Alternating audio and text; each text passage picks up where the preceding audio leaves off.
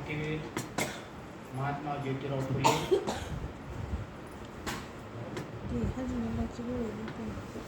आरक्षणाचे जनक छत्रपती राजर्षी शाहू महाराज,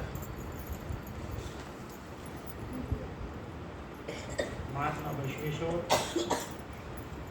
यांच्या विचाराला वंदन करून मी माझी प्रस्तावना या ठिकाणी मांडण्याचा प्रयत्न करतोय. या कार्यक्रमाचे अध्यक्ष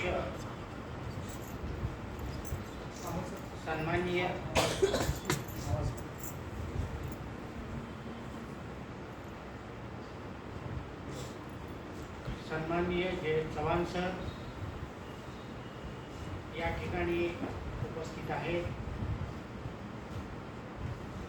बाकीचे या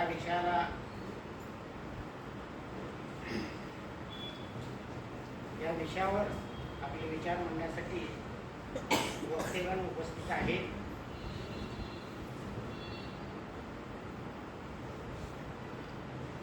आपला जो विषय आहे संविधानाच्या अंमलबजावणीचा लोकाग्रह, सत्ताधाऱ्याच्या वर्तनाची दिशा व कार्यप्रणालीचा आस ठरेल अशा प्रकारचा विषय आहे. बंधू आणि भगिनींनो, आम्ही संविधान जागृतता अभियान BS4च्या माध्यमातून 2018 सालापासून आम्ही याची सुरुवात केलेली आहे आणि निरंतर आतापर्यंत चालू आहे.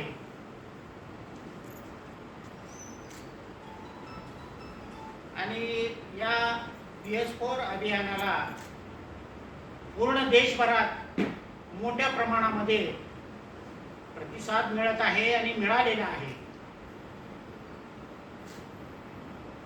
बामशेकच्या आपसूक विंगच्या व्यतिरिक्त देशातील इतर अन्य संघटना देखील या मोठ्या प्रमाणात या अभियानामध्ये सहभाग नोंदवला आहे. बामशेक संघटनेचा भारताच्या संविधानावर पूर्ण विश्वास आहे. मागील वर्षी देशभरातून आम्ही BS4च्या माध्यमातून जवळजवळ 150 अधिवेशन घेतलेले आहे. आज या वर्षी आम्ही जवळजवळ 18 राज्यातून 200 अधिवेशन घेण्याचा संकल्प केलेला आहे. आणि आता सध्या पूर्ण देशभर हा कार्यक्रम चालू आहे. काही ठिकाणी चालू आहे, काही ठिकाणी पुढच्या तारखेला चालू आहे. आणि या अधिवेशनाला मोठ्या प्रमाणामध्ये प्रतिसाद मिळत आहे. या BS4च्या अभियानामध्ये जवळजवळ हा देशापुढील मोठा एक अजेंडाच ठरलेला आहे.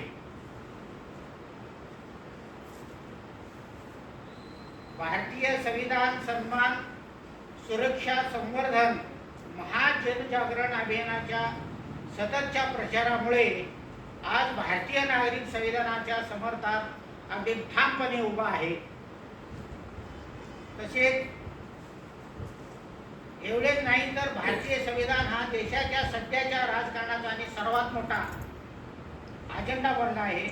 मागील 75 वर्षात विषमतेचे पुरस्कर्ती आणि विषमतावादी विचारधारेचे लाभार्थी यांनी भारतात वेळोवेळी या देशासोबत व या देशातील मूळ निवासी सोबत अगणित षडयंत्रे आणली आणि स्वतःचे सामाजिक, धार्मिक, आर्थिक आणि राजकीय वर्चस्व अबाधित ठेवण्यासाठी जातीमध्ये व धर्मात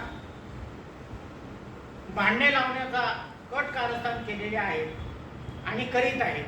परंतु भारतीय जनतेने याला पुरेपूर ओळखले आहे. या प्रक्रियेत ब्राह्मणवादी राज्यकर्ते दोषी असल्याचे सिद्ध झाले आहे. भारतीय भविष्यात आम्ही संविधान बदलणार नाही तर त्याची प्रामाणिकपणे अंमलबजावणी करू. पण हा त्यांचा देखावा आहे.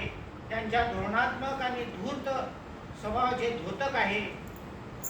खरे म्हणजे केवळ ही त्यांची राजकीय खेळी आहे. तर आतापर्यंत आपल्याला जाती जातीमध्ये आता उदाहरण द्यायचं झाले तरी SC STचे जे वर्गीकरण आहे ते म्हणतात की प्रामाणिकपणे आम्ही संविधानाची अंमलबजावणी करू, संविधानाची अंमलबजावणी, परंतु हे लबाड लोक आपल्याला काहीतरी याच्यामध्ये गुंतवतात आणि त्यांचं ते जे इस्पित आहे संविधानामध्ये छेडछाड करण्याचं हे सत्ताधारी पक्ष करीत आहेत.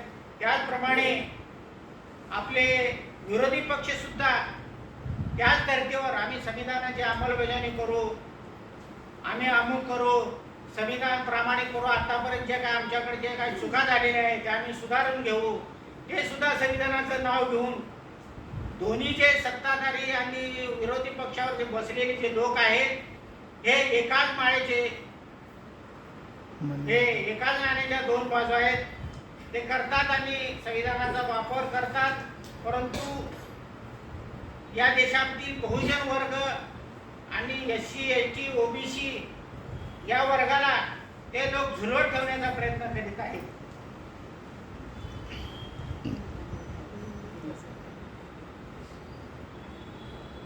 तर त्यासाठी आपल्याला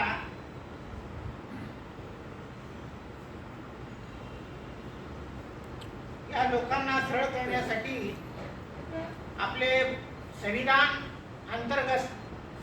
अभियानाच्या अंतर्गत पूर्ण देशभर हा कार्यक्रम ठेवलेला आहे. आणि या कार्यक्रमाच्या अंतर्गत हा विषय नमूद केलेला आहे, संविधानाच्या अंमलबजावणीचा लोकाग्रह व सत्ताधाऱ्याच्या वर्तनाची दिशा व कालमर्यादा आज ठरेल.